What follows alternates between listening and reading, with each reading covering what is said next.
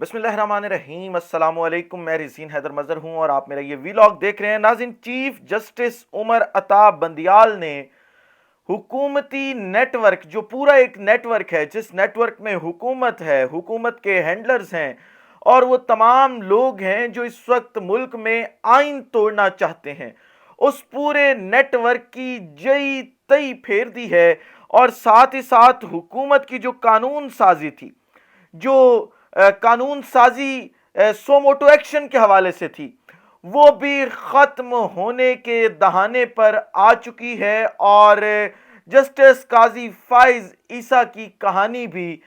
Chief justice Umar Ata Bandial ने आज खत्म कर दी है। और ये पूरी सूरत हाल को देखते हुए रात गए इस्लामाबाद में हलचल है और अहम मुलाकातों का सिलसिला जारी है। एक्सक्लूसिव डिटेल्स आपके साथ इस वीडियो में शेयर करनी है, लेकिन इन तमाम तर तफसीलात से पहले दरखास्त करनी है कि चैनल को सब्सक्राइब करना मत भूलिएगा,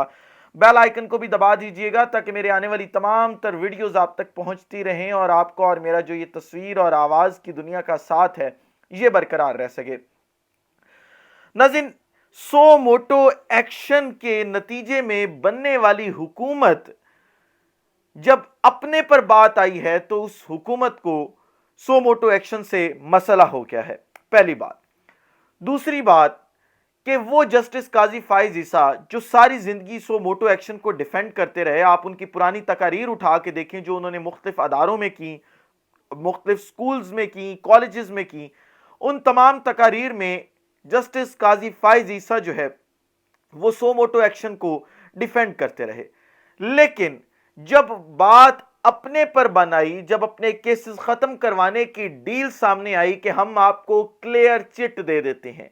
हम आपका रेफरेंस वापस ले लेते हैं, तो उस वक्त जस्टिस काजी फाइज ईसा ने भी तमाम उसूलों को पसे पुष्ट डाला और अपने मफाद की जंग में जो है वो हुकूमत की बात मानकर अदालत के अंदर ही, यानी विद इन द इंस्टीट्यूशन, एक नई लड़ाई को जन्म दे दिया। ये लड़ाई किस तरीके से अब बढ़ने जा रही है कल के दिन में, ये भी इस वीडियो में मैंने आपके साथ शेयर करना है। लेकिन आप ये देखें कि इस वक्त पाकिस्तान में तकरीबन जो है वो 12 बज रहे हैं जब मैं ये वीडियो रिकॉर्ड कर रहा हूं। और इस वक्त की लेटेस्ट अपडेट्स के मुताबिक, क्योंकि कल जो केसेस लगने हैं सुप्रीम कोर्ट ऑफ पाकिस्तान में, उनकी नई कॉज लिस्ट जारी कर दी गई है और कहा यह जा रहा था कि हो सकता है कि कॉज लिस्ट के अंदर अब वो केस ना लगा हो और पहले अंदर अदारे के अंदर मामला ठीक किया जाए, उसके बाद जो है वो कॉज लिस्ट जारी की जाए और जिस कॉज लिस्ट में जो है वो इस केस ने लगना है। लेकिन नई कॉज लिस्ट जारी कर दी गई है और उस कॉज लिस्ट में जो इंतखाबात वाला केस है ये लगा दिया गया है और साथ मेंशन किया गया है कि 4 जजेस जो है वो इस केस को अब सुनेंगे। जस्टिस अमीनुद्दीन जो है वो इस केस का हिसाब नहीं होंगे और चारों जजेस कल 11:30 बजे इस केस की समाअत करेंगे। दूसरी तरफ अगर देखा जाए तो चीफ जस्टिस उमर अता बंदियाल जो हैं उन पर इस वक्त बड़ा प्रेशर है। और अगर आप ट्विटर खोल के देखें, फेसबुक खोल के देखें, जो खासतौर पे नून लीग के अकाउंट्स हैं, जो उनके हैंडल्स हैं और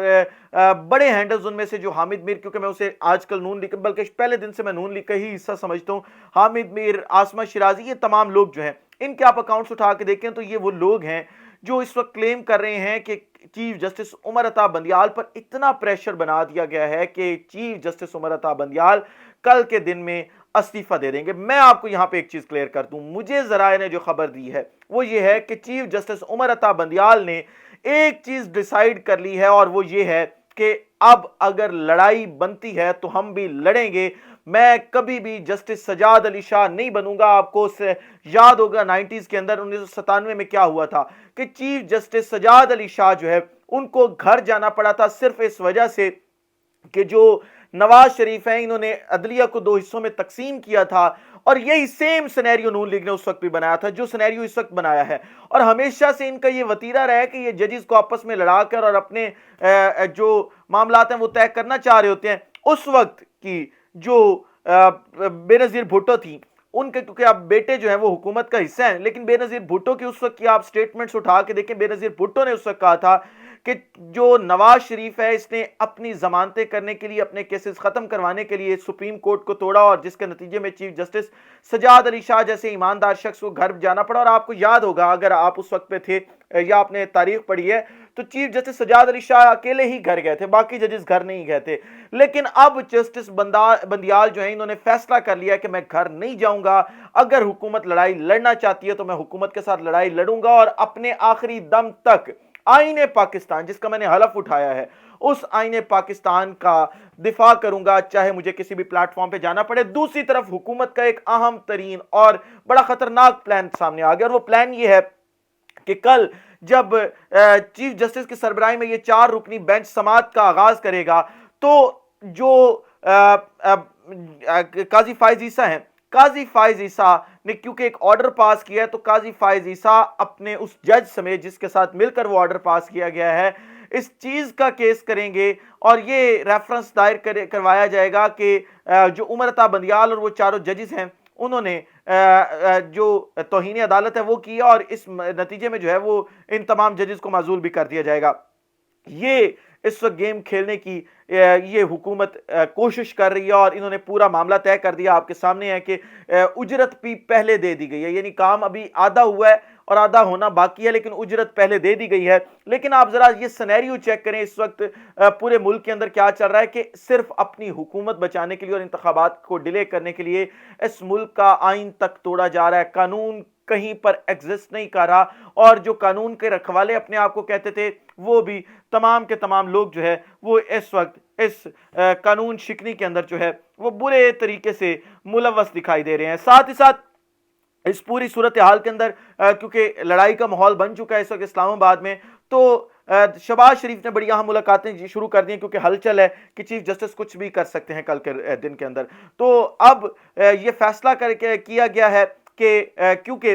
صدر پاکستان نے 21 دن تک تو اس کے اوپر وہ سائن نہیں کرنے والے، اور دوسری طرف رولز اینڈ پروسیجر بھی ابھی تک ڈیسائیڈ نہیں ہوئے، اور رولز اینڈ پروسیجر اگر ڈیسائیڈ ہوتے بھی ہیں تو اس کے اندر ایک چیز کلیئر ہے کہ rules and procedure majority decide کرتی ہے، اور چیف جسٹس عمر عطا بندیال کے ساتھ 7 ججز